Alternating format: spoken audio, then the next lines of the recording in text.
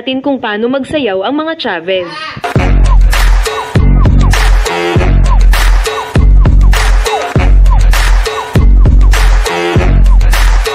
Talk dirty to me. I'm that flight that you get on, international.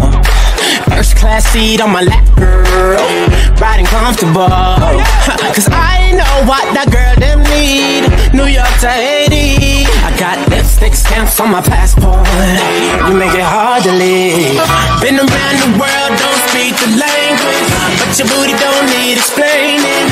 All I really need to understand is when you talk dirty to me. Talk dirty to me. Talk dirty to me. Give it to me, I'm worth it. Give it to me, I'm worth it.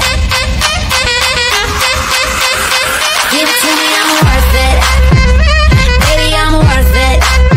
I'm worth it. Give me, I'm worth it. Give it to me, I'm worth it. Baby, I'm worth it. I'm worth it. Give me, I'm worth it. You see me in the spotlight, ooh, whatever your style. Show me what you got, cause I don't wanna waste my time. See me in the spotlight, ooh, whatever your style. Show me what you got now, come and make it worth my while. Give it to me, I'm worth it. Know what I mean? Baby, I'm worth it. Give me everything. I'm worth it. Give me, I'm worth it. Give it to me, I'm worth it.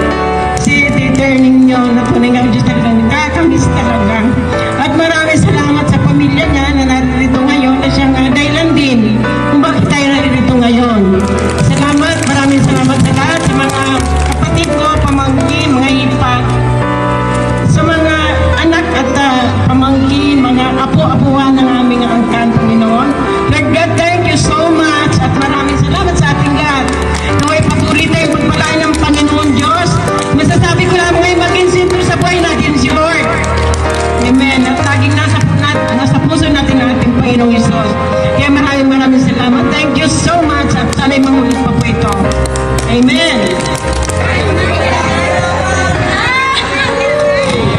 Magandang gabi po sa inyong lahat. Maraming po salamat unang-una sa ating Panginoon Diyos. Nagpapasalamat ako at muli kami kahit ako ay abot sa kanila. Nagpapasalamat ako.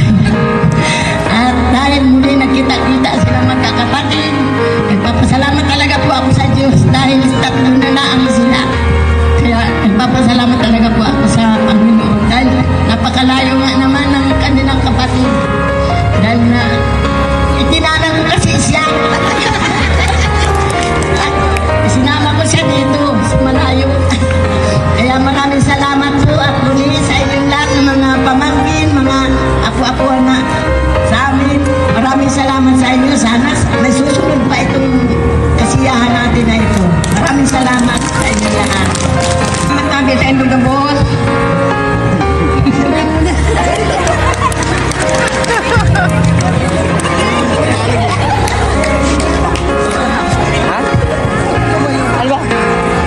Sabi ko walang pasahan eh. Sige, okay lang.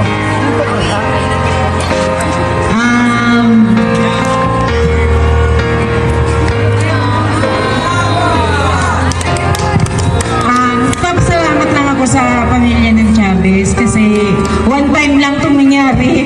Ayaw!